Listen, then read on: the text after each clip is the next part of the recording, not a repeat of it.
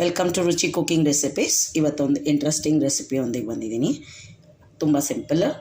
ಕಾಬೂಲ್ ಕಡಲೆ ಉಸ್ಲಿ, ಕಡಲೆಕಾಳು ಉಸ್ಲಿನ ಮಾಡಿರ್ತೀವಿ. ಇವತ್ತು ನಾನು ಮಾಡ್ತಾ ಇರೋದು ಕಾಬೂಲ್ ಕಡಲೆಯಿಂದ. ಕಾಬೂಲ್ ಕಡಲೆನ ರಾತ್ರಿ ಎಲ್ಲ ನೆನೆಸಿಟ್ಕೊಂಡು ಆಮೇಲೆ ಬೆಳಗ್ಗೆ ಕುಕ್ಕರಲ್ಲಿ ಬೇಯಿಸ್ಕೊಂಡು ನಾನು ಉಪ್ಪು ಹಾಕಿ ಬೇಯಿಸ್ಕೊಂಡು ರೆಡಿ ಮಾಡಿ ಇಟ್ಕೊಂಡಿದ್ದೀನಿ. ಇದು ಕಾಬೂಲ್ ಕಡಲೆ, ಬೇಯಿಸ್ಕೊಂಡು ಇಟ್ಕೊಂಡಂಥ ಕಾಬೂಲ್ ಕಡಲೆ. ಆಮೇಲೆ ಒಂದು ಈರುಳ್ಳಿಯನ್ನು, ಸಣ್ಣ ಈರುಳ್ಳಿಯನ್ನು ಹೆಚ್ಚಿಟ್ಕೊಂಡಿದ್ದೀನಿ. ಆಮೇಲೆ ಒಂದು ಅರ್ಧ ಹೊಕ್ಕೆ ನಿಂಬೆಹಣ್ಣು ಇಟ್ಕೊಂಡಿದ್ದೀನಿ. ಸ್ವಲ್ಪ ಹಸಿರು ಮೆಣಸಿನ್ಕಾಯಿ, ಕರಿಬೇವಿನ ಸೊಪ್ಪು, ಮೇಲುದುರಿಸೋಕ್ಕೆ ಕೊತ್ತಂಬರಿ ಸೊಪ್ಪನ್ನು ಹೆಚ್ಚಿಟ್ಕೊಂಡಿದ್ದೀನಿ.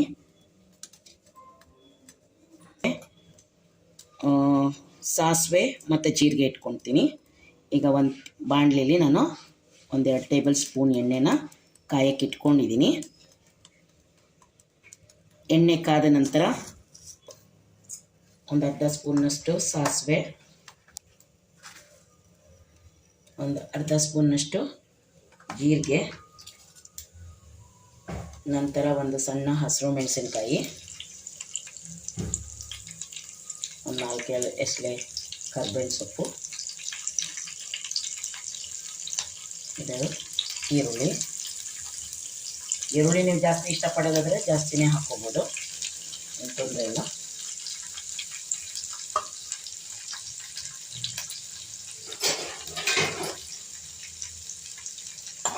ಈರುಳ್ಳಿ ಇದೆಲ್ಲ ಸ್ವಲ್ಪ ಒಗ್ಗರಣೆಯಲ್ಲಿ ಬೇಯಬೇಕು.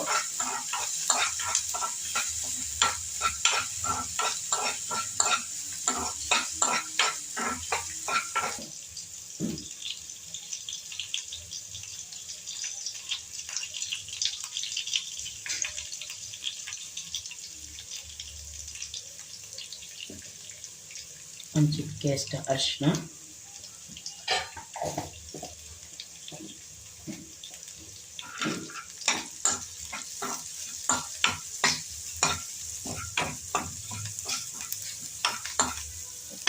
ಒಂದು ಸಣ್ಣ ಚಿಟಿಕೆಯಷ್ಟು ಧನಿಯಾ ಪೌಡರ್.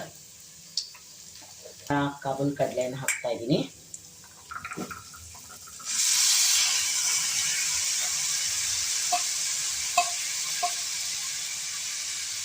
ನಂತರ ಈಗ ಅಲ್ಲೆಲ್ಲ ಮಿಕ್ಸ್ ಕೊಡಿ.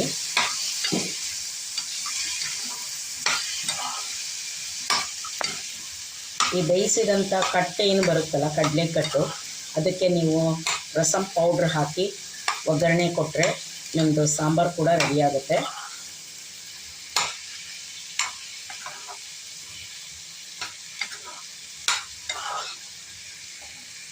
ಒಂದು 5 ಮಿನಿಟ್ಸ್ ಎಲ್ಲ ಚೆನ್ನಾಗಿ ಹೊಂದ್ಕೊಳ್ಳಿ ಒಗ್ಗರಣೆ. ನಾನು ಉಪ್ಪನ್ನು ನಿಮಗೆ ಮೊದಲೇ ಹೇಳಿದ್ದೆ, ಬೇಯಿಸುವಾಗ ಒಂಚೂರು ಹಾಕ್ಕೊಂಡಿದ್ದೆ ಅಂತ. ಈಗ ಸ್ವಲ್ಪ ಉಪ್ಪನ್ನು ಹಾಕ್ತಾಯಿದ್ದೀನಿ.